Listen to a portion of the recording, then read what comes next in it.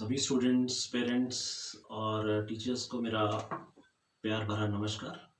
आप सभी लोगों का हर घर पाठशाला में पुनः स्वागत है। होप कि all of you are enjoying your studies through Har Ghar Pathshala. जैसे कि कोविड-19 पेंडेमिक कभी भी ख़त्म नहीं हुआ है, तो मेरा आप सभी लोगों से फिर से ये एक रिक्वेस्ट रहेगा, गुजारिश रहेगी कि आप जो है, जो भी गवर्नमेंट द्वारा एसओपीज़ कोविड-19 पेंडेमिक के लिए इश्यू होती रहती है टाइम टू टाइम, उनको आप पूर्ण रूप से फॉलो कर रहे होंगे। जैसे कि 2 गज दूरी, मास्क, अब डबल मास्क अब गवर्नमेंट ने ज़रूरी कर दिया है, because now it is airborne disease. तो एयरबॉर्न के लिए जो है, अब जब से हमें ये पता लगा है कि एयरबॉर्न डिजीज़ है, तो ये आप जो है हवा में फैल रहा है, तो मास्किंग जो है अब आप गवर्नमेंट ने डबल कर दी है। और मोरओवर, आप जब भी कभी घर से बाहर निकलो, जब कभी इमरजेंसी है, तभी आपने ये चीज़ अप्लाई करना है कि आपने घर से बाहर निकलना है, ठीक है? तो हैंड सैनिटाइज़र और वापसी में हैंड वॉश ज़रूर करना है आपने, ओके? और जैसे कि हमारा ये न्यू सेशन शुरू हो रहा है, तो न्यू सेशन में होपिंग कि all of you are enjoying Har Ghar Pathshala. तो सभी पेरेंट्स और टीचर से खासकर मेरा ये रिक्वेस्ट रहेगा कि प्लीज़ बच्चों को जो है फुली हेल्प करें अपने, ताकि वो अपने अपने क्लासेस में, अपने अपने सब्जेक्ट में जो है किसी औरों से पीछे ना रह जाए। So today we will be starting in new chapter in mathematics, that is linear equation in one variable, और एक चर वाला रैखिक समीकरण। So come to the topic.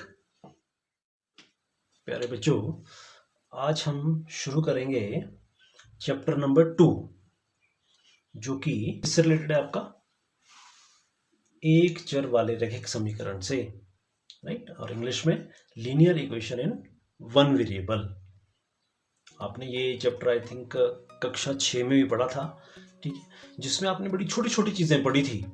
बस उन्हीं छोटी चीज़ों की मैं दोहराई करूँगा 6th, 7th और 8th, ताकि आपको हर एक चीज़ जो है कंबाइन करना आ जाए कि हम ये चीज़ें जो है छोटी क्लासेस से लेकर पढ़ रहे हैं।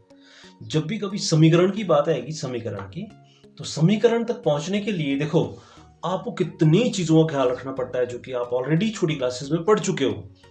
लुक हियर, सबसे पहले है चर और अचर पढ़ा था आपने, वेरिएबल और कांस्टेंट। चर को हम क्या बोलते हैं? वेरिएबल। तो चर क्या होता है कि जिसका मान बदलता रहता है उसको आप चर बोलते हैं, राइट? ठीक है।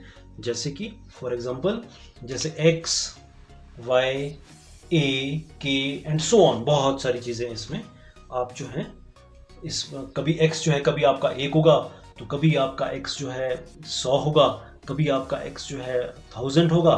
तो इसलिए जो है ये अपने मान कभी भी अकॉर्डिंग टू कंडीशन और अकॉर्डिंग टू सिचुएशन बदलता रहता है, इसलिए हम इसको चर बोलते हैं। सबसे पहले सबसे छोटा यूनिट चर। उसके बाद आती है बारी अचर की। अचर क्या होता है कि जिसका मान बदलता नहीं है, जिसका मान बदलता नहीं है। जैसे हमारे पास फिक्स्ड वैल्यूज होती हैं, फॉर एग्जांपल जैसे 2, 2, 7, 10, 100, 1000 एंड सो ऑन। जो ये आपके नंबर होते हैं, फिक्स्ड नंबर्स, ठीक है, ये सारे के सारे क्या हैं? ये कांस्टेंट्स हैं। ये सारे के सारे आपके क्या है? कांस्टेंट्स, ठीक है। तो आपको चर के बारे में पता लग गया था, अचर के बारे में भी रिवीजन हो गया आपका। फिर उसके बाद आता था हमारा पद। उसके बाद क्या आता था? हमारा पद। अब पद मैंने इसके लिए नीचे इसलिए लिखा है क्योंकि ये जो पद है ये इन दोनों से बनता था। जैसे सपोज करो यहां से मैंने 2 उठाया और यहां से मैंने x उठाया, तो 2x मीन्स अचर और चर, ये दोनों मिलकर क्या बन गए? ये दोनों मिलकर 2x क्या बन गया? ये बन गया अब आपके पास पद। क्लियर? देखो चल रहा है ना सिस्टमेटिकल वे में।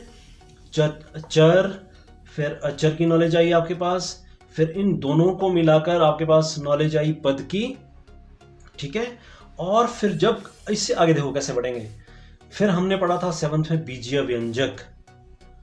बीजीय व्यंजक क्या होता है कि जैसे मैंने यहां पर पद को किससे बनाया था, चर और अचर से ना, वैसे ही बीजीय व्यंजक मैं पदों से बनाऊंगा। जैसे मैंने आपको पद तो बना दिया, अभी पद जो है वो अचर और चर का बना होता है, ठीक है। तो आप क्या करेंगे इसमें, जैसे यहाँ से 2 और x लिया था ना मैंने, 2x लिख दिया यहाँ से, 7 और y, 7y लिख दिया यहाँ से, जमा 10 और a, 10a लिख दिया। तो यहाँ पर क्या हो गया, 2x plus 7y plus 10a। तो ये भी पद है, ये भी पद है, ये भी पद है। तो देखो पदों को जब आपने जमा और इनको जोड़ा या इकट्ठे किया तो आपके पास क्या आता है फिर उसके बाद, बीजीय व्यंजक। अब आपका जो मेन फोकस है, जो अब आप 8th क्लास में पढ़ेंगे, वो आ गया समीकरण। अब जब कभी भी हम दो पदों के बीच में ये समता, इसको क्या बोलते हैं, sign of equality, sign of equality, इसको क्या बोलते हैं आप, समता। जब ये साइन ऑफ इक्वलिटी, ये बराबर का चिन्ह आया था ना बीच में, दो पदों के बीच में, तो हमारे पास क्या बन के आता है, समीकरण, जो कि आप इस चैप्टर में पढ़ेंगे। And this is very very important, ठीक है। एक चर वाले रैखिक समीकरण, मतलब कि यहाँ पर जब भी आप कभी जितने भी आप प्रश्न पढ़ेंगे, उन प्रश्नों में एक प्रश्न में सिर्फ एक ही चर हुआ करेगा, इधर इट इज x और इट इज इन y और a और k। उनके पास कोई भी चर होगा, लेकिन होगा वो एक ही वेरिएबल का एक ही चर वाला रैखिक समीकरण आप कक्षा 8 में सीखते हैं कि हम कैसे सॉल्व करते हैं उनको, क्या क्या ऑपरेशंस होते हैं, वो कैसे कैसे जो हैं बिहेव करते हैं इक्वेशन में जब आप क्वेश्चंस को हल करेंगे। और ये बड़ा इंटरेस्टिंग टॉपिक लगेगा अगर आपको ये बेसिक टर्म्स और इसकी थोड़ी सी मैं रूल्स बताऊंगा, वो रूल्स अगर आपने फॉलो कर लिए तो आई थिंक आपको समीकरण समझ आ गया होगा। ओके, देखो जैसे क्वेश्चन नंबर 1 में मैंने आपको बताया था, मैं कुछ रूल्स आपके साथ डिस्कस करूंगा। जैसे पहला वाला वो रूल है ट्रांसपोजिशन का, ट्रांसपोज करना रकम को। वो कैसी होती है ट्रांसपोज, जैसे फॉर एग्जांपल, जैसे मैं ये क्वेश्चन ले रहा हूं, जैसे ये x - 2, यहाँ पर दो पद हो गए ना, अब बीच में समता का चिन्ह है और x = 7। अब ध्यान से देखना भाई बच्चों इसको। अब जैसे ये वाला पद यहाँ पर क्या है, सबसे पहले इसमें ये LHS है, this is your left hand side and this is your right hand side, तब ये समीकरण बना है। तो जब भी कभी आपने किसी भी रैखिक समीकरण को हल करना होता है, तो जो चर होता है वो हमेशा लेफ्ट हैंड साइड में रखने की कोशिश करना है उसको, x को। जैसे मेरा ये x है तो ये x एज इट इज यहाँ पर रहेगा, x as it is minus, अब जो ये वाला पद था ना यहाँ पर ये -2, ये ड्यू टू दिस रूल ये यहां से जंप मारेगा और इस पुल को, इस समता को क्रॉस करेगा और इस साइड 7 के पीछे जाकर अपना चिन्ह बदलता है। ये देख लेना आपने कि ये जो है माइनस से प्लस का 2 हो गया। अब ये therefore x = अब ये 7 और 2 9, ये आपका इस समीकरण का हल आ गया। और अगर यही चीज ऐसी होती, जैसे फॉर एग्जांपल एक चीज मैं और बता देता हूं आपको, जैसे ये ऐसा होता है x = 2 = 7, तो अब ये यहां से फिर भागेगा ना, इसको भागना पड़ेगा ना इसको यहां से। अगर हमने इसका मान निकालना है तो x = क्या हो जाएगा, 7। अब जब ये इस पुल को क्रॉस करेगा तो अपना चिन्ह बदलेगा, तो ये हो जाएगा 7, अब आएगा -2, तो x = 5, इसका हल हो जाएगा। देखो प्लस और माइनस से देखो कितना फर्क आ जाता है आंसर में, यहां पर आंसर 9 आया और यहां पर आंसर 5 आया, राइट। ये होता है ट्रांसपोजिशन रूल, ट्रांसपोज रूल।